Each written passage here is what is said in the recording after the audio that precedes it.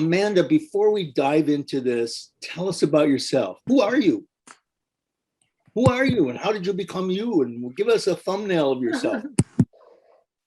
So I always thought of myself probably first and foremost as a journalist. And for me, I think that was a way to kind of, even though I didn't know it at the time, it was a way to kind of manage conflict that was overwhelming in real life. By being a journalist, you're kind of like, you create this little distance, at least, in theory, right?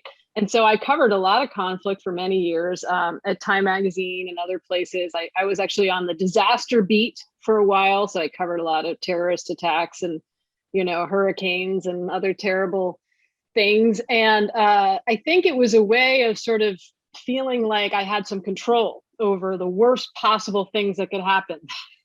And of course, that's not true. I didn't have control, but I don't think I really realized that until recently, sort of embarrassingly recently. But in 2016, after Trump was elected, I realized that there was a lot I hadn't understood about the country and the political conflicts we're in. And that felt really bad, like malpractice, right, as a journalist. And so it sort of upended a lot of my assumptions about the work I was doing and my role in the world. And of course, my ability to control conflict, which was subconscious, but anyway. And so I went off on this, odyssey trying to figure out how to be useful in a time like this when at least half the country doesn't believe the places I work for are telling the truth. And so in doing that, I went down a lot of rabbit holes, as you might imagine. But when I sort of stumbled into the study of conflict, especially intractable conflict, that was like a light bulb moment for me as a lay person, right? So I suddenly, all the other forces which I had known about, polarization, globalization, racism, economic inequality, social media, all these things, all of the way that those were working made sense to me finally when viewed through the lens of conflict. And not until then. Before I ask you some other questions about the book itself, where did you grow up? Okay, I was born in Arizona. I grew up mostly in New Jersey, near Trenton, Princeton area. And I went to college at Cornell and then have been sort of bouncing between DC and New York. Spent a little time in France ever since then. Now tell us about what is high conflict. I know most people here will have read the book or read the short version of it or something, but what is high conflict and how is it different from low or medium or good conflict? And especially tell us about the Brea Tar Pit metaphor. I think that's a very powerful metaphor. Yeah, so there are different words for this and we can get into the sort of academic debate, and there are many people here who know a lot about this. But intractable conflict is one category, right? And that is, I think, very close to what I think of as high conflict. But I didn't like the word intractable, to be honest, because it sounds like impossible, like unsolvable. So the way I find to be most useful as a journalist is to try to shine a spotlight on outliers, like stories of people doing something differently, trying to solve a problem, trying to get out of high conflict. So trying to get out of an intractable conflict felt, I think, for most people, they don't think there is a way out of intractable conflict, even if, that's not what intractable technically means.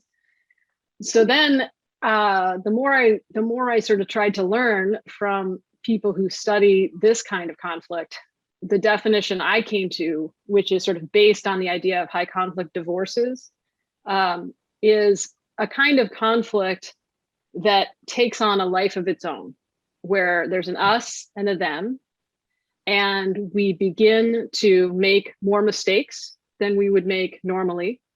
And eventually in high conflict, we start to mimic the behavior of our adversaries, at least in every high conflict I've looked at.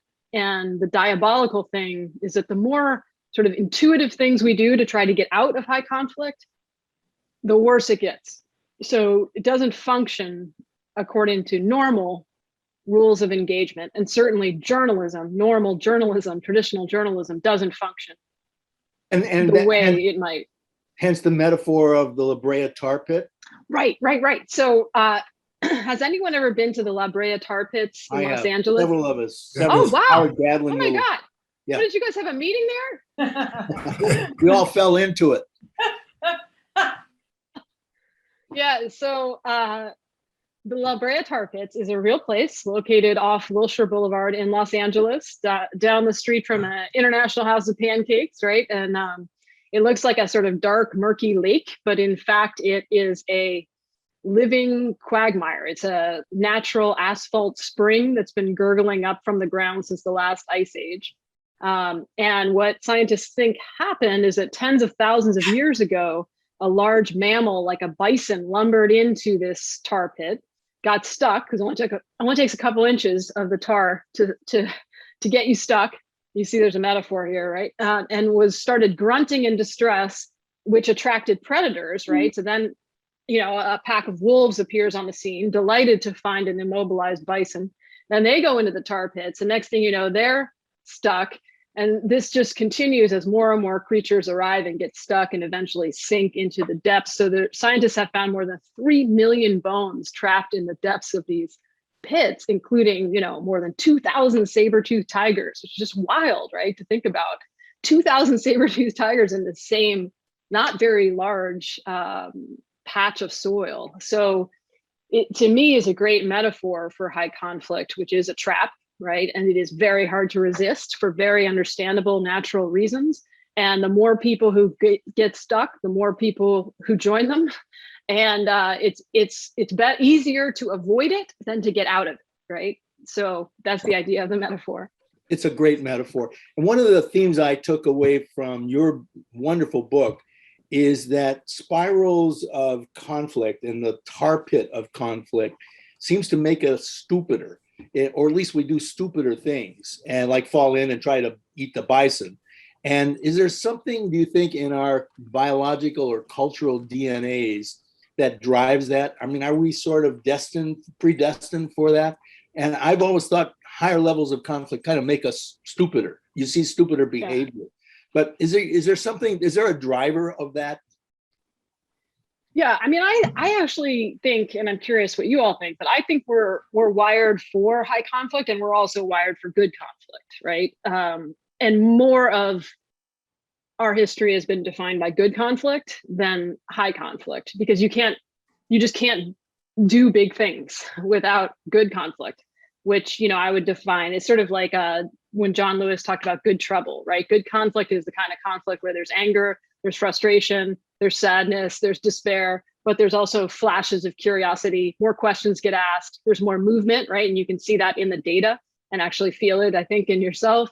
And, there are institutions that cultivate good conflict or have done so, and cultures that kind of keep guardrails up so you stay in good conflict. And then there are ones that cultivate high conflict. So I don't think it's inevitable, but I do think it's the kind of thing that we have to sort of evolve out of quickly, because we sort of reach the upper limits of the adversarial system. Have you yourself ever been professionally, I don't want to get into state secrets in the Amanda Ripley household, but have you yourself either professionally or personally found that kind of what I'll call gravitational pull and found yourself in high conflict? Is that a... Oh, so definitely. Yeah. I grew up in my family. My mother was a therapist, and like a lot of therapists, not all, struggled with her own levels of anxiety and periods of depression. And one of the things that was sacred in our house were feelings, actually. Like if you had a feeling, it was real and valid and had to be voiced, So there was a lot of yelling where I grew up. And it was like, yeah, that is true. It is good to express feelings, but I've since learned to think very differently about, holding them up to the light before I assume that they're true, right? So yeah, the way I grew up was around and near a lot of conflict, and I always felt like I was really comfortable in conflict. Maybe because of that, I don't know. And it was only when I started doing this work that I remember it really vividly, actually. I was talking with a journalist who had become I'm sorry, I just popped open. I didn't realize it was going to be so loud. Go ahead. If you would mute yourself, that would be appreciated. Go ahead, Amanda. I was talking to a journalist who had become a mediator, which is so interesting, right? Anytime you see someone who's kind of been to the other side. And she was saying that if she could go back to being a journalist, she would go deeper into conflict. And that really shocked me because people are always complaining that reporters do too much conflict, right? So I didn't expect her to say that. And I said, what do you mean? You know, that's all I do is conflict. And she said, yeah, but we just hover around the edges. Like we don't actually get deeper into what's really going on. And that was really intriguing because it was the beginning of my realization that, you know, there's a lot of superficial coverage of conflict that's not particularly illuminating. And the really good news from a storytelling point of view is that you can make conflict much more interesting and useful. What that journalist was saying, it sounds like, is they don't explore in the media the understory, what you call the understory, exactly. what calls the understory. In other words, it's the headline version, but not the deeper stories. Yeah, like what is this really about? So as you all know, there's a thing we argue about to death, and there's a thing it's really about, and they're not always the same. And so what are the different questions you can ask, different ways of doing interviews to try to get to that understory, or at least get a little deeper than just the usual he said, she said. What was the trigger that got you really writing? I mean, you were thinking about this, you grew up in a household where conflict had its own meanings and its own nuances, but what triggered this? Was it going to a mediation training? What really got you cooking? Well, I was like, as I was saying, I was off on this crazy odyssey trying to figure out how to be useful. And I think it was, you know, because I write books and I'm freelance at a lot of places, at magazine places. I'm not on staff. And there, I think, was a lot of value in that distance, but also it was hard because I noticed after Trump's election that a lot of my colleagues in the national media were just doubling down on what they'd always done, right? Only with much more conviction. And it just felt like I didn't think that was going to work, right? Because if people don't trust you and there's alternate realities floating around, you know, it doesn't really, you know, sooner or later you're talking to yourself or at least a smaller portion of the country. And so for me, that was really disorienting. And I think the sense that like normal journalism was just carrying on, but more righteously, was very disturbing. And so then it was like, well, what do I do now? Yeah. We're going to come back to that larger theme of polarization. But I have a kind of a side detour question for you. And I think I mentioned this to you when we were talking previously about, tell us how you write. How do you go about writing? And again, I'm a scribbler. We have lots of writers and scribblers on the line here. John McPhee, I remember reading that John McPhee in his wonderful books had a giant cork board on his wall, and he put up cards, little note cards and post-it notes and whatnot, and would gather up lots of details. And then, you know, he was ruminating, thinking and deliberating internally. And then some writers develop a solid outline or a tentative outline and then fill in particulars. Others create a storyboard. And I noticed that when someone asked Hemingway how he wrote books, he said, well, I just sit at the typewriter, open a vein, and try to do 3 good pages a day before I go fishing. So tell us how you write. This is your 3rd big book, I think, plus lots of others. I maybe have the count wrong, but how do you write? I love this question. So I think writing for me has continued to be really hard. And it's actually a very small percentage of my job. I really enjoy it, but it's never like Hemingway, or even better example, Stephen King, who just can write and write and write. So yeah, I think for me, I always do just a massive amount of reading and reporting, and I use very little of that. So it's almost like I have to cram the subject for a very long time. You study it. Yeah. Yeah. And then kind of sit back. Then I do an outline. This is for, say, a chapter, right? Or an article. And then I, start writing, put it away, come back. I have to have like time, I think, is the best editor. If you put it away and come back a day later, it's so much easier than just grappling with it. And then I actually hire an editor for all of my books. I've done that, and it's been incredibly helpful. I just think that hard thinking and writing, at least for me, is supposed to be collaborative. Like this idea that we can all do it in isolation. I just don't, you can do that, but I don't think it's going to be as good, because all the time, all you're trying to do, as you know, Peter, is get outside your own head and read it like you know nothing about it, right? Read it like a novice, a beginner's mind, right? And it's really, really hard to do that without some help. And that's what you did with High Conflict? How we Yep, get I did that. How we get out? Yeah, and also for that particular book, and that was really, I mean, this was probably for me, the hardest book. My husband says I say that about all the books, but this was a very hard book because it's like there's so much already written on conflict, so many important books. I mean, I bought 200 books. I mean, you know, just a lot to read and try to make sense of, and people to talk to, and you're never gonna be done, you know. And there's lots of authors who never are done. Like, I don't know if you, but there's a lot of my colleagues are working on books for 10 years, you know. So trying to figure out what are the stories to follow, because again, my value is in telling a story and trying to synthesize some of the pre-existing literature, but I have to tell a story. And so figuring out which case studies to tell. Should I follow this gang leader or that gang leader, this politician or this one, you know, and go to Colombia or go to Rwanda, you know, those are the big sort of narrative questions, and then letting yourself follow that story and not feeling the need to pack everything in, even if it doesn't fit the story, right, is a huge challenge. And specifically for this book, I did something with each book, I've shared it more and more as I go with the people in it. And with this book, I actually sent the whole thing to Caleb Follett, who's in the end of the book. He's a conservative corrections officer in rural Michigan who I write about. And I sent it to him because I knew there were things that I was saying that would be very off-putting to conservatives. But because I generally lean left, I wouldn't even know sometimes when I was doing that.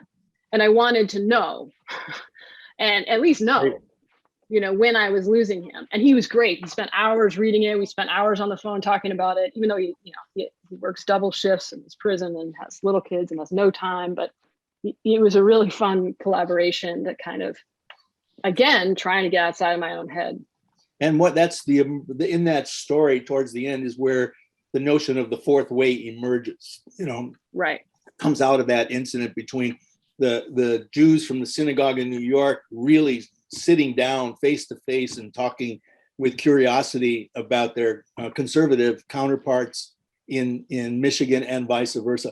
You know, one of the things I really love about your book the most is you give us a better vocabulary. I think it's a better vocabulary, or a more accessible vocabulary. You talk about crockpots, fire starters, conflict entrepreneurs, understories, and, you know, saturation points. You've given us a lot of good stuff, and it takes us away from the very wonky academic, sorry to those of you who are professors, but it takes us away from the kind of wonky discussions we have about BATNAs and interests and positions. You've given us a very different, accessible vocabulary.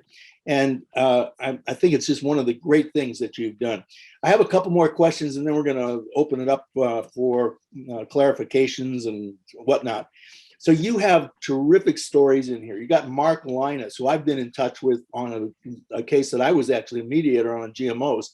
And you chronicle his odyssey and how he changed his mind. What is it that changed his thinking? And you talk about Gary Friedman, one of your mentors, and his really harsh foray into local politics and some of the disillusionments that occurred. And that takes nothing away from his skills. You talk about Sandra Buston in Colombia's Civil War and her turnaround. So what's happened to these people since? What's going on? What have you learned about what's been going on in their lives? And then I'll ask one more question after that, and we'll get it opened up. Okay, thanks, Peter. And first of all, yeah, I'm glad that I do think that words really matter, and it's sort of like the only thing that I have any expertise in, especially in this group, right? So there are important times to use these academic terms and BATNA and all these things. But this is a book for the mainstream. Most people, most of whom don't even know what mediation is, right? Right. So it's really an attempt to try to introduce these ideas in a way that sticks. And some of those will work and some of those won't work. But that's part of why I started the book with a glossary, which I don't usually do. But it's sort of to get people curious, like what is the crock pot? Like what is the understory? And so, these may not be the perfect words, but I do think that that is a really important piece of this puzzle, right? Is giving people language. Like I was asked to appear before a congressional committee yesterday about how to depolarize Congress, right? And they are really stuck, as you know. But one of the challenges is there's this dichotomous thinking, like we either have to keep doing what we're doing or have unity and bipartisanship. And it's like, that's not the case, right? So I was very pleased, but by the end of the hearing, members of Congress were all talking about good conflict and high conflict. Who knows, that's not enough, right? But it's like just sparking that idea that the conflict is good. We need that. It's just, what kind of conflict do you want to have? So anyway, that is a point I just wanted to linger on for a second, because I think it's like the one thing to take away from the book, if nothing else.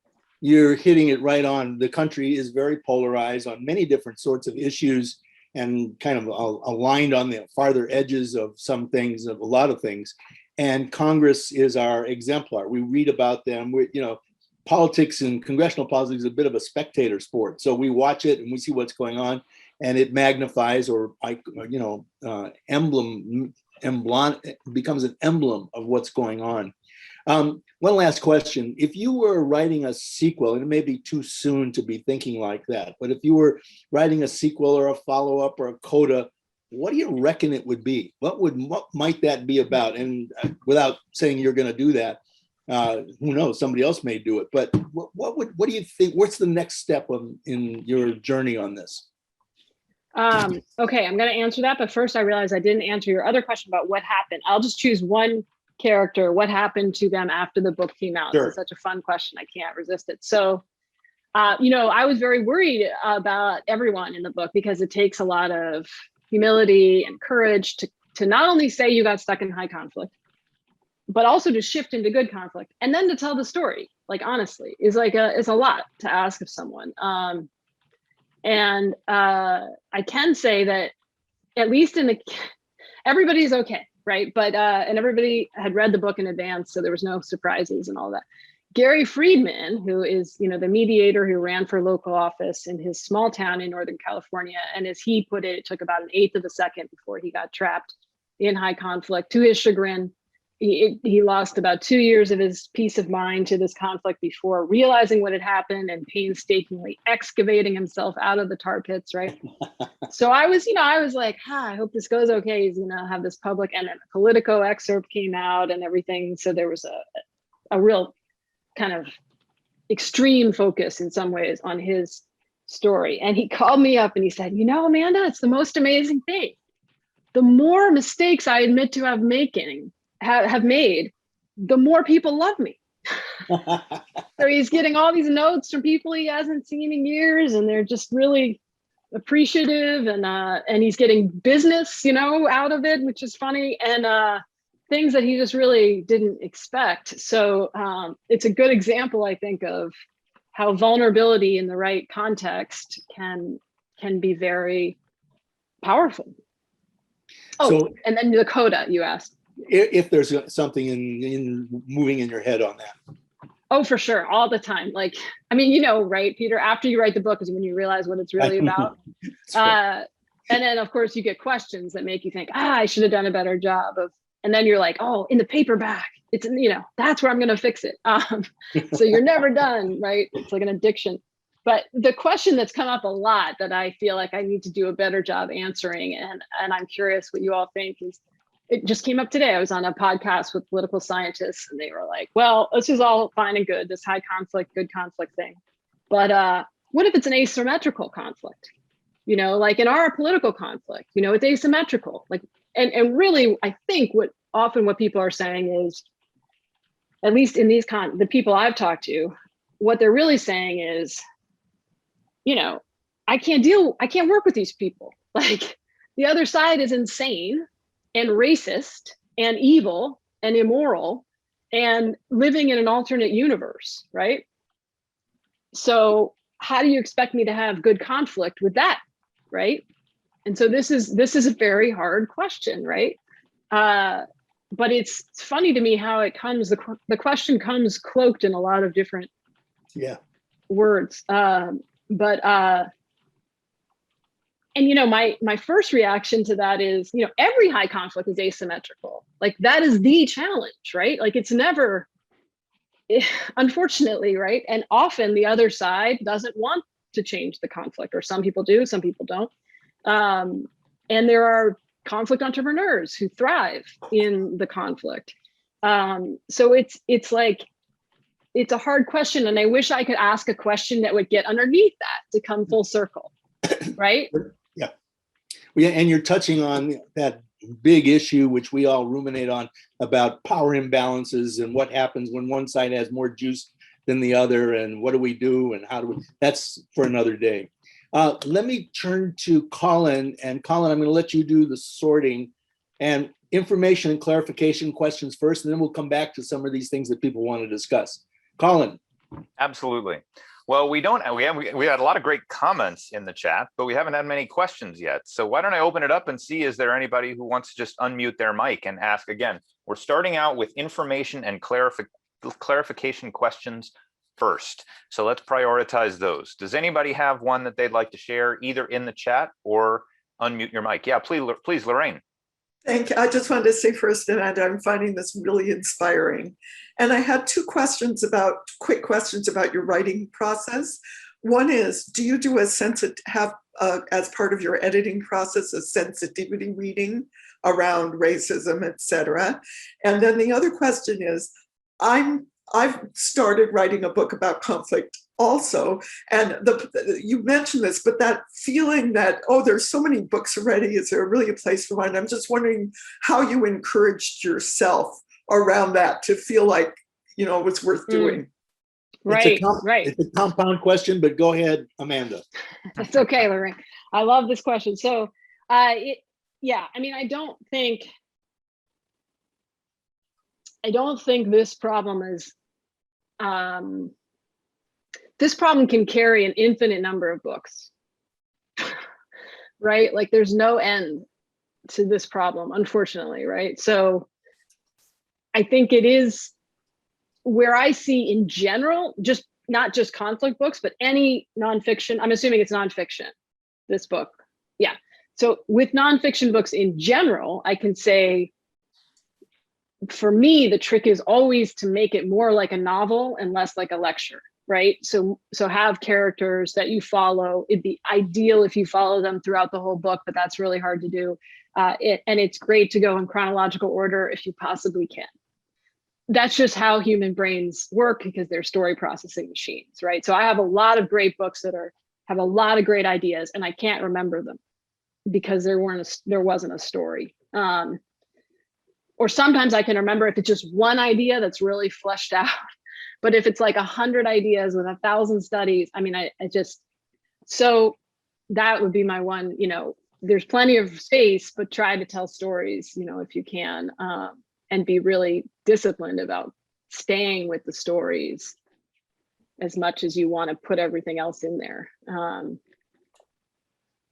And then you asked, about a sensitivity reading. Yeah, so definitely, I had people read the book people of color read the book. I had someone I trust who's much younger than I am, and she's Black, and she's like very progressive, read the book to get her perspective. And there were many changes I made as a result of that. And then also having this conservative Caleb read the book, because there are these things that, some things I didn't change in both cases, right? Some things I mean to say it the way I said it, even if it bugs people, right? But other things I really didn't mean. Like, let me just give you an example. So Caleb, the Michigan conservative, and he was just, by the way, just delightfully open to reading this, even as he totally disagreed, which is, I think, a function partly of him having gone on this exchange with the New Yorkers, but also just who he is. And he said that every time I said the word problematic, it really bugged him. He said that felt like a kind of classic liberal word. And it's like, just say what you really mean, you know? And so I don't think I've said the word problematic since then in any context. And I just didn't see it that way, right? Now, does that mean he's right and I'm wrong? No, you know, it's just, but like, I don't want to unintentionally alienate people. I only want to intentionally alienate people. That's great. And I want to applaud you, Lorraine. Thank you for using the little hands up icon. If anybody else has something they'd like to say, please don't hesitate to put something in the chat or use the little hands up icon. Benjamin. What other questions you got there, or let's go to the discussion items if there aren't any. Yeah, sure. I want to go to Robert because he's got his, he indicated he has something to say. But again, we're emphasizing information and clarification first, but soon I think we're going to get into the substantive discussion. But Robert, what did you want to say? You need to unmute yourself. Oh, Benjamin, you got to unmute yourself. Maybe this would be a segue, but I was very interested at your comment about most people don't know what mediation is. And I'm thinking that we often, who are practicing all regularly, are in a bubble. And I think we think that everybody knows what it is and that negotiation is. I'm really curious as to, especially taking full advantage of you being an outsider, looking at the field from a fresh perspective, as it were, about what you see is the resistance to negotiation, even in the first place, let alone at a high conflict place where it's even harder to push yourself to engage with the other person. What's the source, do you think, in your gut, is the resistance that most people have, my opinion, to negotiating? That's interesting. I guess I hadn't thought that most people were resistant to negotiating, although I guess I would say they're resistant to negotiating in the way that you understand it. Like they think negotiating means like getting the best deal for them and like crushing the other side. And I think people are all for that, right? Like that's, but mediation is not something that's well understood. And in the defense of the layperson, so much of our news media and our politics is done through this really adversarial us versus them lens, right? And it's only once you learn about negotiation and this research that you realize, oh, the best negotiations, nobody actually gets crushed, you know? And so there's not a lot of awareness of, writ large, how do you persuade people? This is probably the fundamental problem I see, is there's a belief, and you see it on social media constantly, right? But also in like newspaper op-eds, right? This belief that you persuade people through direct argumentation is just bananas. Like that is just not how humans work, especially in conflict, right?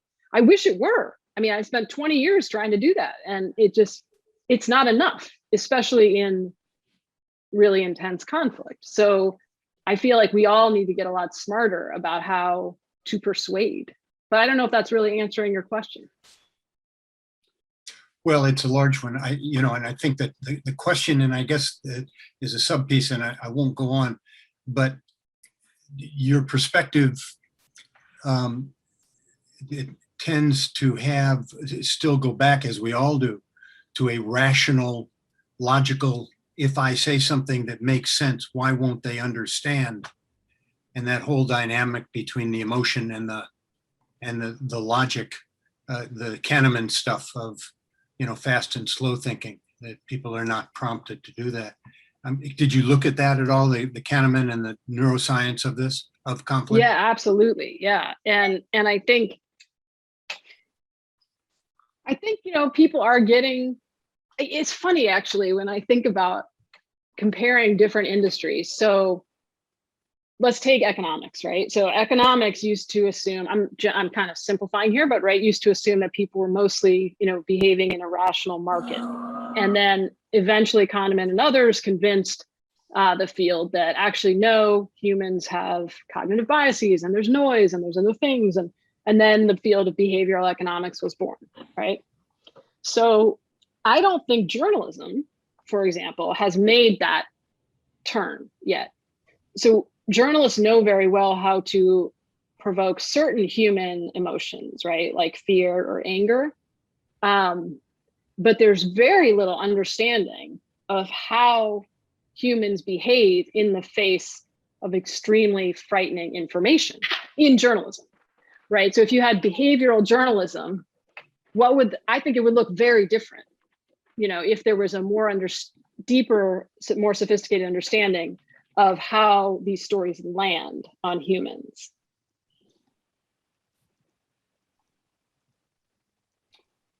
Fascinating. Richard, I see you have your hand up.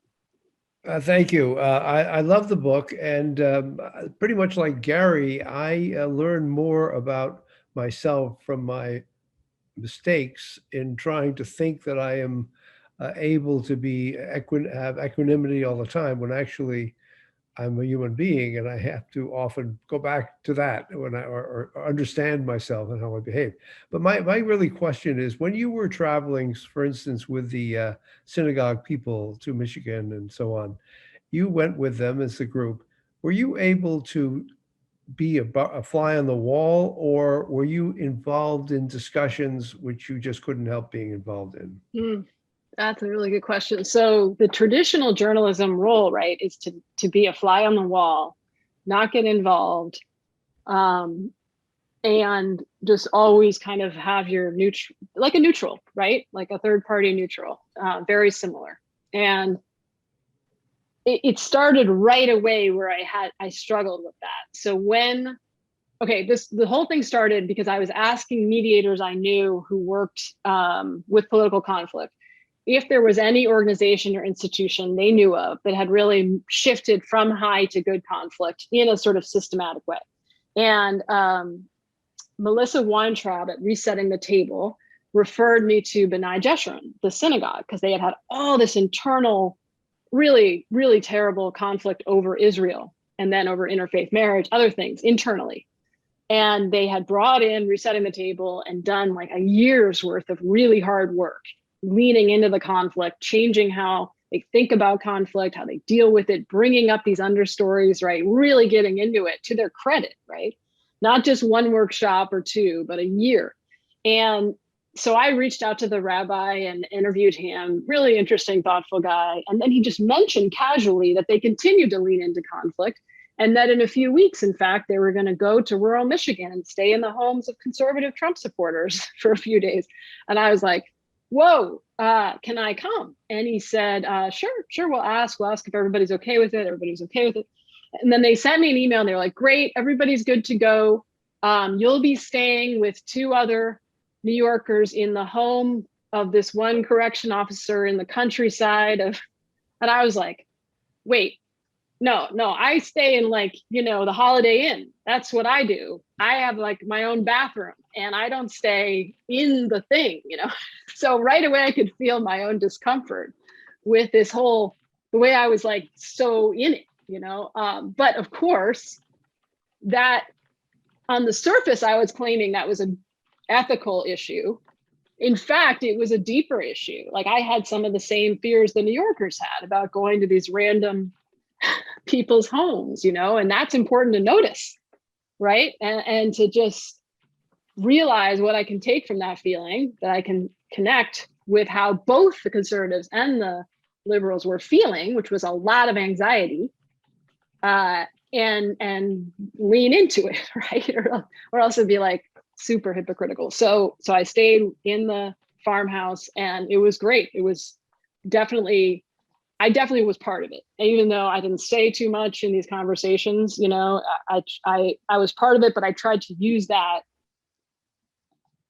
to tell the story as opposed to interfere in what was happening. But I'm sure I had an effect on it, right? I mean, there's no way not to. Well, Amanda, there's so many great questions queued up now, but I just want to mine this a little bit further because I think there's a lot of interest around this topic of sort of journalism and mediation. Elizabeth said maybe the book to write next is a discussion in the journalism world of the role that they play and what they're missing. Many of us remember there was a leader in the dispute resolution field, a guy named Paul Wahartig, who used to have an award he gave out every year called the Media as Mediator Award. And he would go and look at reporters and find reporters who are doing a good job sort of playing that conflict resolution role from the perspective of journalism. And I think that there is this kind of one of the things we talk about in dispute resolution, we talk about neutrality, impartiality, and omnipartiality. And one of the things that new mediators often do is they hide behind their neutrality and say, well, I don't know anything about this. I don't know anything about you. I don't have any facts. You know, you just present things to me and I'll help out with process. And I think that's kind of what I hear you doing when they said, yeah, you're going to be staying in the correction officer's house. You're like, no, I stay in the Holiday Inn. You know, like there's an element of journalists wanting to be outside of what they're covering. When in fact, I think what we've discovered as mediators is we're never outside of the conflict. We always have a reaction to the issues that are being discussed. And that's why people have evolved from neutrality, which is unattainable, to impartiality, which is also kind of unattainable, to now this notion of kind of omnipartiality, which is how can we advocate for everybody in a dispute? So I just want to give you one more opportunity to kind of mine that and think about, because it's fun for us to talk to a non-mediator who is now so smart about mediation and conflict resolution and sort of give us some perspectives back, but also to urge you to look in the mirror as a journalist and say, how does this resonate? Yeah. I've actually done a few different trainings now with journalists, with Gary Friedman and Catherine Connor, who's a mediator as well in California. And we've trained dozens and dozens of journalists on how to cover conflict differently based on the lessons of mediators. And I wrote an essay about what journalists could do differently. And so I'll put that address in the chat in case anyone's interested. But anyway, great. Yeah, there's so many parallels. It's crazy, right? The neutrality issue. I think omnipartiality, is that what you said? Omnipartiality? Yeah. I think that's a great concept that I have not heard in journalism. Where it's gone is everybody has kind of admitted that we can't be objective. Like that's over. Okay. Right.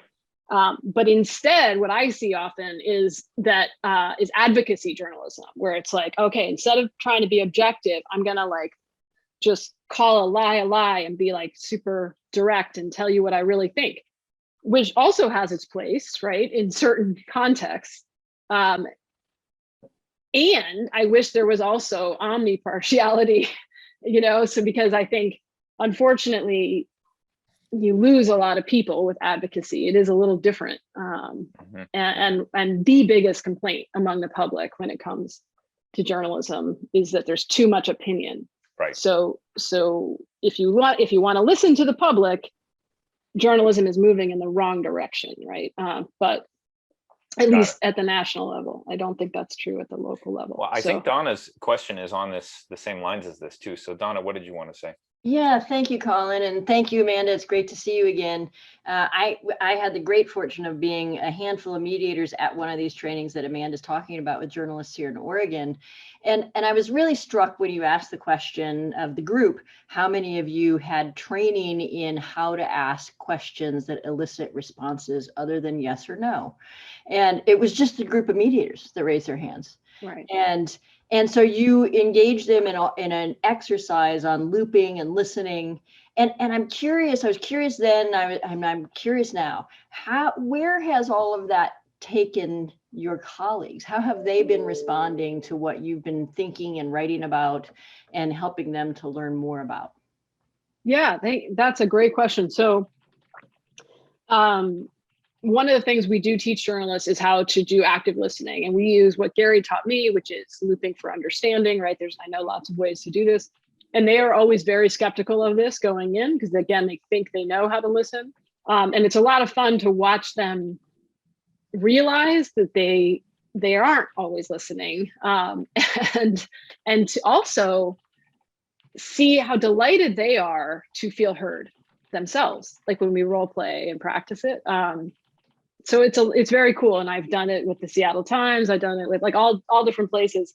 And then we got so much interest from journalists that the Solutions Journalism Network, which is a nonprofit that sort of actually commissioned this piece that I just put in the chat, they took the sort of ideas from the piece and ran with it and hired an amazing journalist named Ellen Bianduti-Hofer, who has experience in radio and TV, which I do not. So that's awesome.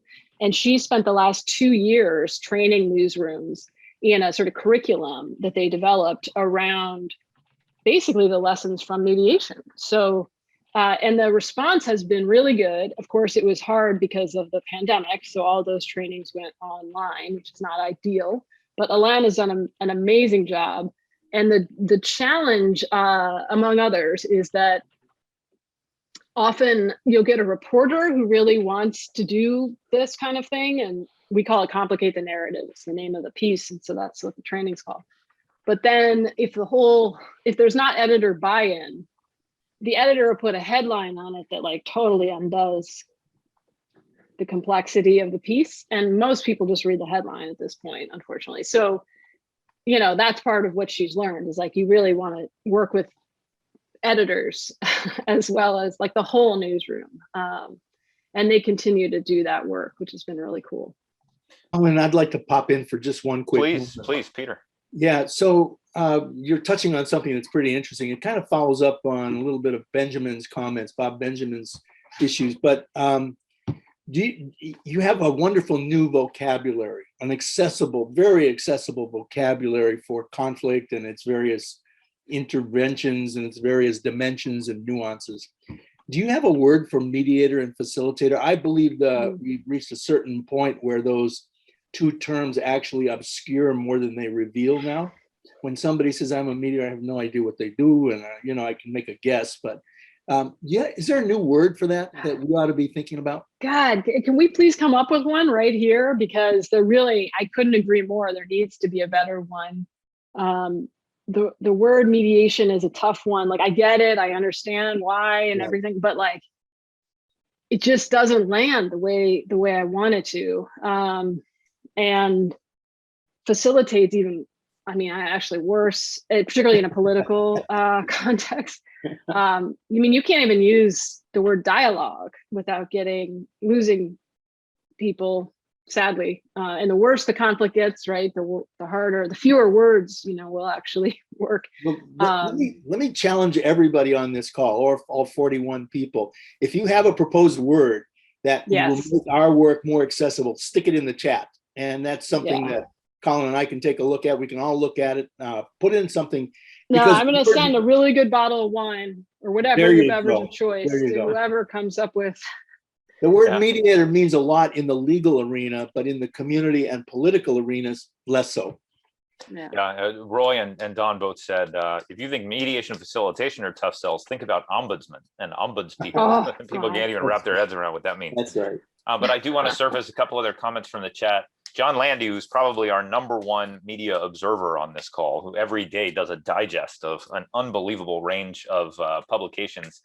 He asked what you teach in the trainings for journalists, and I think you did a good job covering a lot of that in the wake of Donna's comment. But Lorraine said another similarity between good journalism and good conflict resolution is curiosity and good listening. And it sounds like when you're talking about active listening and Gary's looping with journalists, that could be pretty revolutionary for them. So let's get to more of the questions. Meyer, your hand's been up for a while. Thank you for your patience. What did you want to say?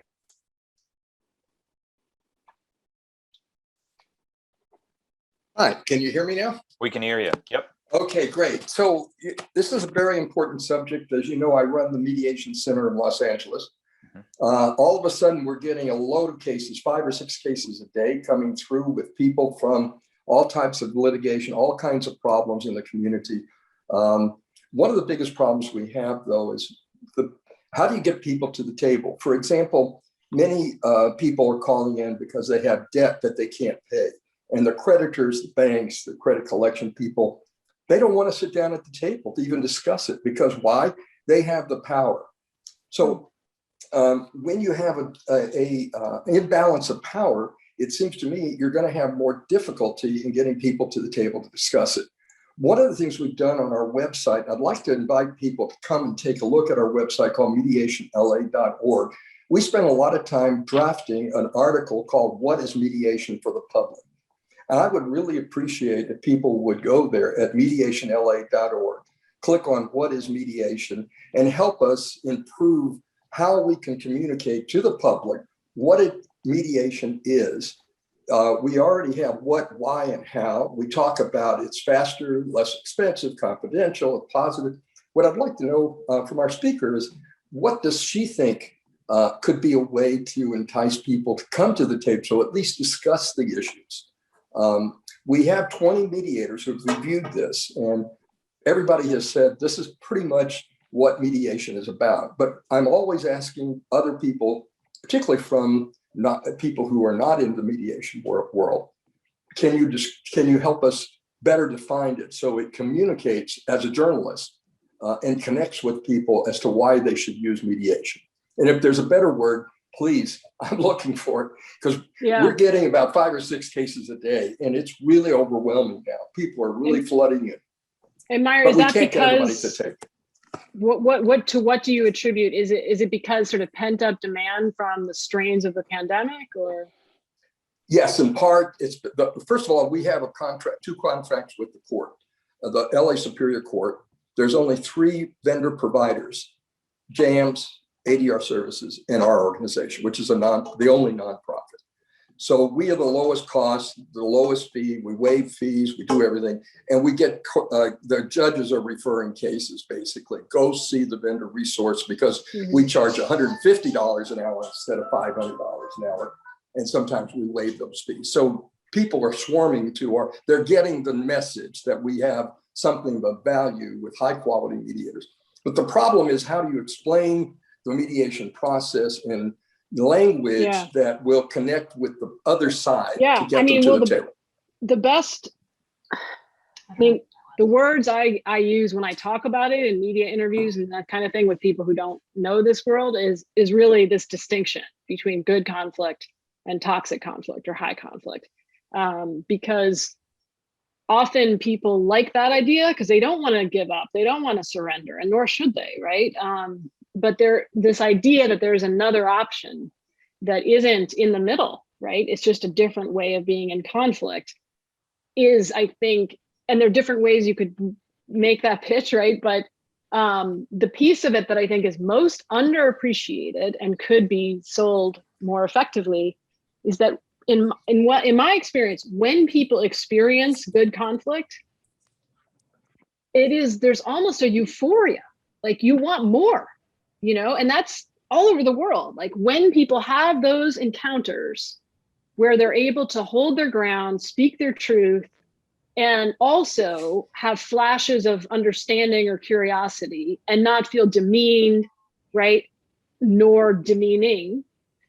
There is a kind of transcendent feeling to that is almost addictive, right? So the more you experience it, the more you want it, right? And you actually get much more so the last quote that I end the book with is a quote that I really love, because it's Martha Acklesberg, who is the woman who ended up staying with Caleb, the one we were talking about. So this woman, she could not be more different from Caleb. Like she's a lesbian in a long-term relationship in Manhattan who helped start the women's studies department at Smith College. She's an academic, super, the way she talks is incredibly academic, very smart, very well educated.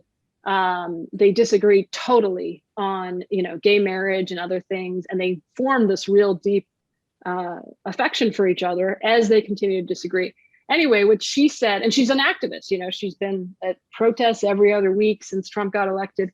And what she said is, I feel like this brought out the best of me. She's talking about this exchange, this good conflict she experienced.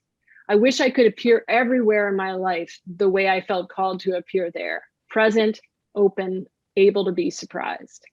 So I think that is the pitch, that if we can tell stories about what that's like and get people to experience it by proxy, that's what storytelling is supposed to do, then you want more.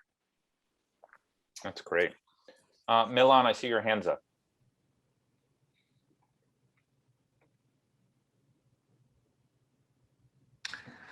Thank you. It's a wonderful conversation, and there are 2 things which I would like to address coming from different directions. One relates to journalism, and Amanda, I generally liked how you described the trepidation when you went to the heartland and you decided to speak to the people who probably didn't have too much opportunity to speak before, who are and yet there's certain kind of excitement about it. And why I liked it, because there is a book which profoundly inspired me, which is, perhaps you know it, from the journalist whose name is Stephen Bloom, who wrote the book which is called The Clash of Cultures in Heartland America. And it is the essentially conflict between the Orthodox Jewish community, which simply entered into the heartland, into the area where the population did not know very much about Jewish population whatsoever. And then you have a regular kind of heartland folk. And it is definitely one of the most profound and interesting and multi-layered conflicts, which is described on probably about 250 pages, which was extremely inspiring to me. And it is very much about the fact that this man who is writing the book essentially is a Berkeley graduate in journalism who moves his family to the small town or in Ohio. He is kind of a mediator, but he also he's trying to write the book, which tries to get the story from both sides, and of course the extraordinary misunderstanding and intensity which kind of is loaded into the conflict between these two profoundly distinct groups. So that's one thing about the journalism. The second one is kind of almost would say personal, because when I started mediating, one of the first questions I always asked was, what are the limits of the practice of mediation? Are there any? Yeah. Are they so profoundly constraining that we simply cannot get over certain kind of conflicts, or we can really overcome those limits? And so I kind of, for myself, set the ultimate challenge, which at least I believe, that how to overcome the conflict or extraordinary differences between somebody who is religious doctrinaire on one hand, and who is probably far away from it. And I was having 6 to 7 years conversation with a friend of mine, a Jehovah's Witness. And my background is, I'm from Eastern Europe of a Jewish origin, and we were talking religion and politics together for years and years. And because we had a very close connection, we were planning to escape together from former Czechoslovakia. Then he somehow abandoned the idea and came a little later to States. So we have a background, and we have these discussions for 6, 7 years. And I was trying to figure if we can find any kind of common ground, other than the fact that we have an experience together. And for 7 years we were going at it. And last week, I essentially set the boundaries and I cut the relationship. Reason being that he essentially accused me of being a Marxist totalitarian, which was extremely unacceptable to me, especially coming from a totalitarian regime in middle of Europe. It was not very easy for me to digest. And I asked him certain things to do, how to format the conversation between two of us. And I still gave him the opportunity, but he simply refused to take certain suggestions from me how to essentially construct the conversation. And so I essentially let him go in this very moment. So for me, whole mediation practice essentially is a conversational practice. We are constantly talking to people. That's all what we are really doing. And so the conversational communication breakdown was in many ways difficult, but it felt like completely necessary unless something shifts when it comes to how you align that conversation and make it much more conducive to something constructive, rather than you are essentially labeled as totalitarian Marxist, with explaining what that really means. Yeah, that's an amazing story, Milan. Please, Amanda, what do you think? Yeah, I was just going to say, I think that's a good example of where, we can try to create good conflict, but often the other side doesn't want that, right? And so you make the invitation, you set the boundary, and who knows, right? Another opening may arise. He may change his mind. So I think it's like it's like you're riding this edge, right, of trying to figure out how to create openings and when to wait for them. And it's very challenging, right, to know when. But yeah, there's certainly a lot of conflicts that all we can control is our own internal experience of it, and that's frustrating. Yeah.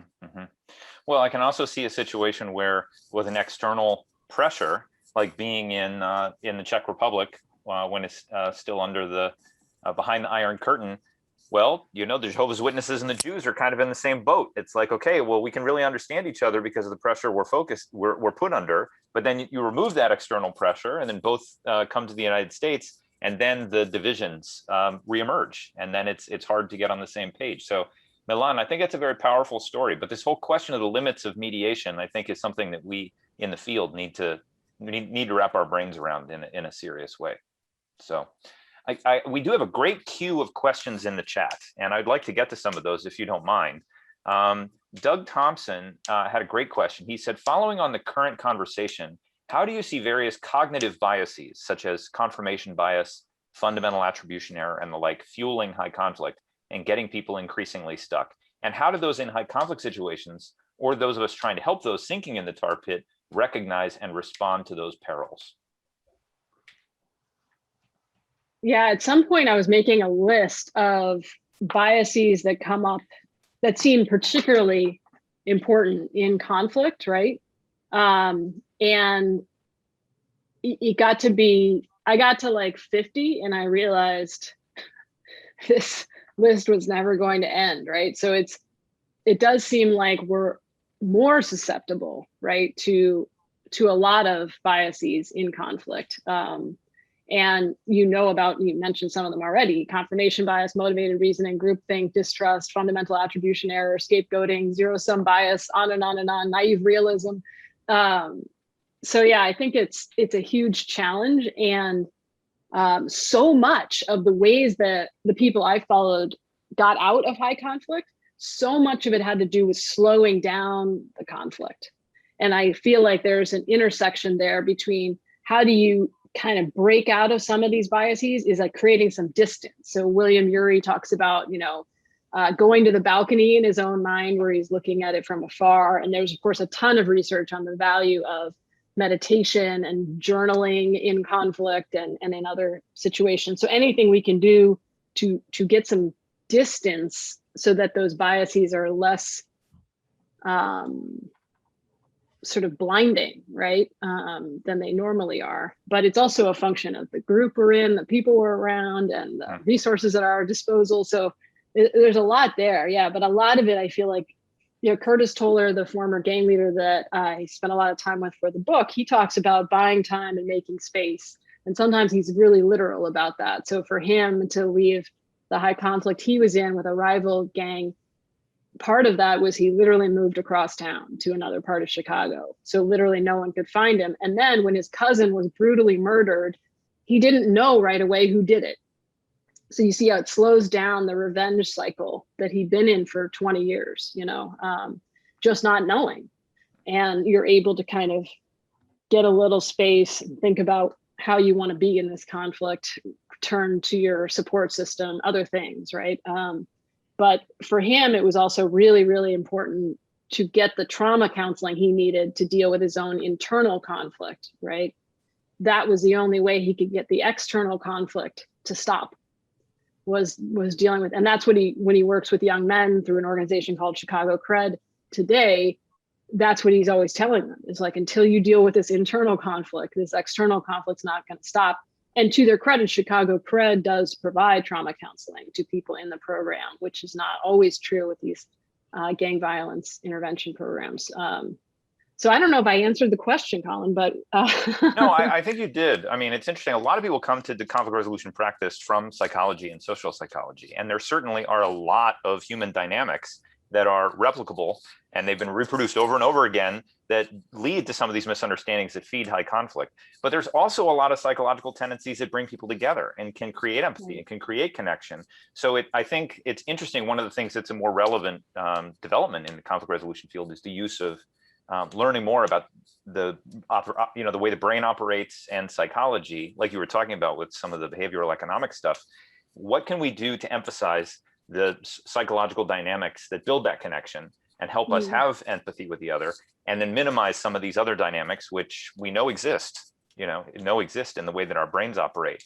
So it's there's a struggle within each of us to fight, and it's interesting you talk about moving fast and slow. We talk about that in conflict too, getting a little distance. I work in technology and conflict. Technology can do a lot to give you some of that distance, and then people can be at their best, so they don't behave emotionally, they don't get caught up in some of the pathological behaviors can make things worse. So that's a great point, that it goes in both directions, right? And in journalism too, like one of the ways we train journalists to write about highly controversial issues on which their audiences are really polarized is to widen the lens on the conflict, right? So we're creating space by, instead of just talking about, let's say the conflict over critical race theory in curriculum in Texas, say. So somebody just emailed me about this. What do we do? How do we cover this? And so we talked about how can we widen the lens on the story. So they ended up doing a historical piece about all the other times that Texans had been embroiled in curriculum controversy over race, right? And what happened then, and what happened after that, and it doesn't let anyone off the hook, right? But it's saying, hey, this is happening in a moment of time, and let's sort of look at the whole. Another way to do it is geographically, right? Like look at, there's one of my favorite examples is I was observing a sort of workshop between a group of African Americans associated with a specific church that was in the town of a Sons of the Confederacy group that wanted to have various, reenactments and statues, and they would meet, fairly regularly. And one of the things the mediators did in that case was to talk about, because obviously the Confederate flag was a major point of conversation, and they talked about flags in other controversies all over the world. So as you may know, flags are a flashpoint all over the world, right? In the Middle East, in Northern Ireland, all over the world. And it was just really interesting to kind of just come at it sideways. And we know from the research on emotion and conflict that if you come at something sideways, sort of obliquely, people will make the connection on their own. If it's something very intense and you come at it head on, you say, we're going to just talk about the Confederate flag nonstop for 3 days, everybody leaves more dug in, right? So that is a great way to get space, is to widen the lens geographically or historically. Absolutely. Although I could see saying to a journalist, well, instead of writing a story about what's happening here, why don't you do a whole historical survey of every use of flag disputes around the world? Yeah. I mean, this sort of assumes I'm on deadline. Yeah. Right. This sort of assumes you've already covered the day to day. Yeah. But it's a way to, even if it's one paragraph, right? Say, interestingly, this is the 417th time this newspaper has written about curriculum controversy, and it just reminds us, because we always feel there's the illusion of centrality, right? We always feel like every conflict we're in is unique to us and to this moment, and that it's never happened. And it is unique in some ways, for sure, but it's helpful, I think, to get some space from it. Sure. I see Howard's hands up. Howard, what did you want to say? This is a great conversation, Amanda. Really appreciate it.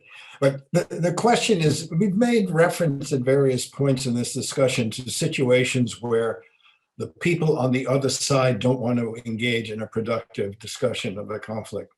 And I want to flip the question. Can you think of issues or circumstances where maybe we ought not orient ourselves towards pursuing a productive discussion, where the orientation ought to be one of trying to win or to defeat the others? And what does that mean for us who are committed to this field? Do you want to answer that question first? No, I I'm was just really curious what Your you think. Gary I mean, I Friedman have training is thoughts. serving you well. That was it- a great, yeah. It's something that really bothers me. There are so many issues that come up where my training tells me I should try to engage with this or this, and then I had a conversation with a colleague who was in a situation where there's a very controversy that's getting a lot of public attention. And she said to me when I was wondering whether she had a role, she said, sometimes we ought to just step aside and let the activists get going. It was that kind of, so I'm asking the question because it's really an ongoing problem for me in thinking about this, where I question even whether the orientation towards this field is at this point in time, when there are fundamental threats to democratic process and people who seem totally uncommitted, maybe we ought to have a different orientation. Well, I guess, and maybe you'll think this is a cop-out, but I actually don't see them as mutually exclusive. Like, I think you can have activism, even radical activism, that is engaged in good conflict, right? So that doesn't humiliate or dehumanize the other side. This is something Martin Luther King talked a lot about, the struggle of creative nonviolent tension, right? So you're still engaged in activism, in a movement, in organizing and putting pressure, right? Maybe trying to win an election in that sense. But there's a bright line between that, I think, and high conflict, which is sort of otherizing, making sweeping generalizations about 150 million people, dehumanizing language, hatred, disgust. Those kinds of emotions are much harder to work with and very sticky, right? So eventually you end up, everyone suffers, right? So you might win the election and then you're going to lose the next one and everything will get undone. And then we go back and forth and back because we're married. Like we have kids together. So just like you can't win a marriage, you actually can't win politics. I hate to say that, but you can't win full stop. Especially if you humiliate and fail to understand the other side. Now, does that mean that you never cut off communication? No, right? I mean, there are times where there's certain people who are just, they're not interested and sometimes they're dangerous, right? And so, I don't see it as much in conflict, although I feel it. I do feel that conflict. Does that make sense? Yes, a lot of sense. Yeah, that's a good answer. So I know we're getting to the end of our time here, but there's still a couple other questions that I think are really good in the chat that I'd like to surface. And I know, Peter, you've got some final thoughts you want to share as well. I think Anne put something in the chat, which was, she really reacted to when you raised that word problematic. And someone said in your text, like, oh, that's like a liberal word, like don't use that word. And now you're steering clear of that word. Were there other examples that you came across of sort of language that's, I think that Anne, you might want to clarify what you were asking there, but it seems like, oh, let me mute it there. But just have you found any other words like that? And that's something that I think we're very interested in the field too. There's a lot of conversation about language now, which we call mediators, which we call the field. But I was just wondering if you could maybe Anne provide a little more clarity around the comment you were making. I loved your comment about not wanting to irritate or anger unintentionally, only wanting to do it intentionally. And I'm sure you learned a lot in this process. And I'm sure we could all learn a lot about terms that have unintended consequences and meanings. So anything you could share with us would be great. Yeah, no, there's a long list of words I don't use when I talk about these things. And sometimes it depends on the audience, but in general, I don't use words like civility, compromise, unity, bipartisanship, discourse, dialogue, problematic, as we've said, mediation, facilitation. I mean, it's terrible, right? These are all like really useful words. Gone, I can't use them. What else? What are other words? Oh, one of the things that came up when Caleb reviewed the manuscript is he didn't like it when I would just list off a bunch of isms. I'd be like racism, sexism, homophobia.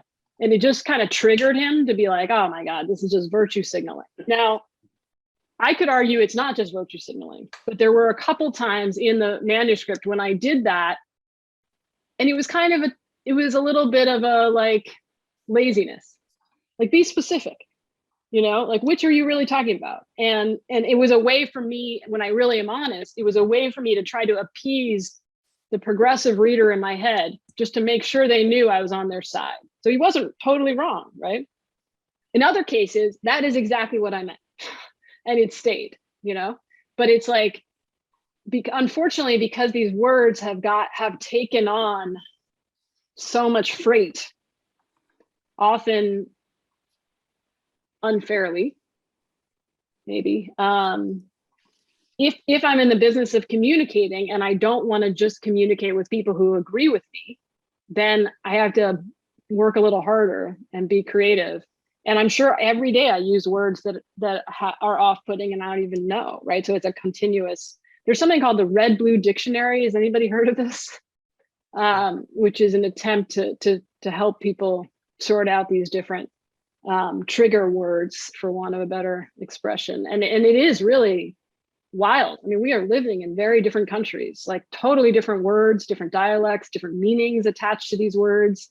I remember my dad, who lives in Portland, Oregon, and has become very left as he gets older, which is funny because he voted for Reagan when I was a kid. But anyway, it's good.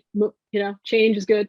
And he's very political, very involved. I remember it was a couple of years ago, I mentioned the word Antifa, which is a word, if you watch Fox News or consume any sort of conservative media over the past 10 years, you heard every day, every single day. And my dad said, "What is that?" And I thought, oh man, we're in trouble. Now, putting aside whether Antifa is a significant threat and clearly it's been overblown on the right, but like he didn't even know what it was in Portland, right? Which is a very left place with lots of conflict, as you know. And he's very well read. You know why? Because he's reading the New York Times every single day, cover to cover. And it just never comes up, right? Never came up. Now, what is the solution to that? Like, should the New York Times have been writing about Antifa if it was only 3 people at the time? No. But it's good to know and have your audience know about what the other side is hearing, and where did that come from? How did it start? And what is it? And I don't know. So I'm going on and on now, but that's part of the challenge.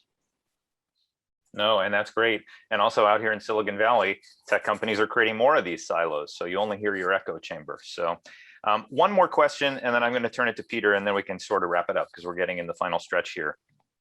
I think one of the strengths of your book, one of the most amazing things, and it's almost like a high wire act to see you do it, is I love when you talk about the conflict lens. And you're looking at so many different conflicts. You're talking about a synagogue in New York, you're talking about Colombia, you're talking about Muir Beach. But again, to create this framework and then apply it in all these different diverse contexts, it really gives a sense that maybe there's a universality to this. Maybe we can come up with a set of tools and then they actually work in all these different spaces. But Sue said, how is high conflict different in a family system than in other systems like workplace or organizations or political debates? And I was just wondering if you could address that. I mean, do you have this, is that your takeaway from the book? I love also your quote. I laughed out loud when you said it. You said, you don't know what the book's about until you finish it. And you're like, oh, that's what it was about. Do you feel now, having finished this book, do you feel that there is a universality, or do you feel that there are unique aspects to these different kinds of disputes and we shouldn't sort of treat them all the same? I definitely feel there's a universality. And I think there's a huge amount of value in making those connections, right?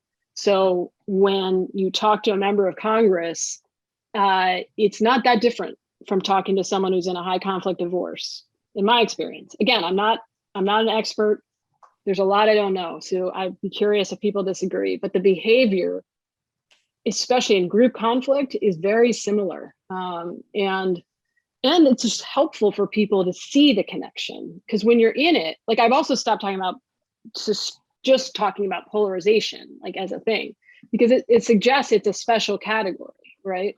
And it's just high conflict, right? In this case, at hyperpolarization is high conflict. So it helps people, I think, get that a little space from this maddening problem to see the universality, and that, you know, the way people behave in gang violence is not that different. And now there's different stakes, different weapons, different resources, different contexts, and institutional imbalances, right, and inequities. But I mean, it's sort of amazing to me, honestly, the things we ask of warring factions, we, the US government, and my friends that I argue with now on the left would absolutely ask of, you know, people in the Middle East. The things we ask them to do, we wouldn't dare ask of ourselves in this political conflict. And I sometimes get really frustrated because I'm like, do you think this is going to get easier? Do you think, because it's going to get harder, right? And it's like, if you're not willing to even have a conversation with someone who's not a threat to you and to try to understand what's going on, but you expect people to do that in Sierra Leone, like, right. So when I talked to the members of Congress yesterday, I was like, you know, in Chicago, we're asking young men who have been immersed in violence their entire lives, whose lives are at risk, to agree to non-aggression pacts, most of which have to do with social media, by the way, which is where most violence starts now in Chicago and a lot of places. And they are doing it. Why isn't Congress doing it? You know, it's astounding to me, the things we ask of other people without a qualm, and we don't ask of members of Congress or, you know, pundits or other people. So that's my little rant. I couldn't agree with that more. It's interesting. I do some work at the United States Institute of Peace, and they often say peace is what we do over there. You know, Yeah. If you talk about peacemaking here, people are like, what? No, that's not, we don't do that stuff here. But in Afghanistan, sure, Iraq, let's go do some peacemaking. But here it's like, oh no, nobody's talking about peacemaking. But even though the soldiers in Afghanistan and the soldiers, people fighting, on the streets of Chicago, I don't know, they may have some similar. It's interesting when you get the lens, you can see the connections. All right, this conversation could go on a long time, but let me hand it to Peter to bring us home. And in a minute, Amanda, I'll ask you for any closing comments or benedictions to this. So Amanda, first of all, this has been a treat. What a treat to do this. And so thank you so much for joining with us. There's lots of interest and you have lots to teach us. We keep thinking we have things to teach others, but you've taught us a lot. For years, we've been dithering about the need to take our notions and our concepts and our ideas and popularize them into the political and into the community cultures. We've certainly made it into the legal culture, but we haven't really brought it out in other ways. You've done that. You've started us on that journey. So thank you so much. So Amanda, final thought, final benediction, comment that you want to leave, and then we'll close it up. Well, look, I'm very grateful because it is hard to have some schmuck journalist parachute into your world and try to write about it. And there are mistakes that I've made and will make, right? So I just think it's cool that you all are willing to engage in this, talk to me about it, listen and engage, even though I'm definitely out of my lane. And I always am, right, to some degree. And there's good things about that and downsides to that. So I just want to state that I've everything I know, I learned from conflict mediators. So I'm very grateful to come full circle here. And I would love to sort of keep in touch. Part of, I think, what journalists need to do is amplify the voices of conflict mediators and the stories when possible. It's not always possible, of people trying to do conflict differently, even when it doesn't work out. Sometimes those are the best stories, honestly. But we know right now that American audiences are very hungry for solution stories, for communities trying to solve problems, not just stories about the problem. So I'll put my email in the chat here, and I hope that we can keep in touch. And the last thing I'll say is, Lisbeth had asked, do you feel like they were listening to you? Do you feel hopeful? I think you're talking about Congress, members of Congress. So this was the Select Committee on Modernization, a bipartisan committee that is really kind of unusual. And yeah, I actually was really struck by how hungry they were for solutions. They looked just as exhausted by this conflict as we all are. Most members of Congress didn't actually come there to fight all the time on Twitter. Like that's not actually like they want to get things done and they can't get anything done. So there was a real hunger for ideas at the same time that they are very constrained by the system they're in, right? It's a lot like the legal system. Yeah. Like it's a conflict industrial complex, right? It's hard to reinvent yourself from within. Colin, tell us what book is next, and then you can close us out. Absolutely. The next book is Susan Rains. We're going to be talking about workplace conflict, and stay tuned. We'll be sending out some more information to all of you. But Amanda, I'm going to send you the full transcript of the chat because I know there was more there than you could digest, along with the video, which we'll be posting. But I think, John said you're a very real and impressive person and professional, Amanda. I think it speaks for all of us. Great book, great conversation. Everyone's saying what a wonderful session it was. Thank you so much. So please, if you could join me in a round of virtual Zoom applause for Amanda to thank her for taking this time. Thank you all. All right, and we really appreciate it. Keep up the good work, Amanda. We're all on Team Amanda. And thank you everyone for joining, and have a great weekend. And we hope to see you again soon. All right, thanks, Peter. Thanks, Colin. Take care, everyone. Take care. Have a good day.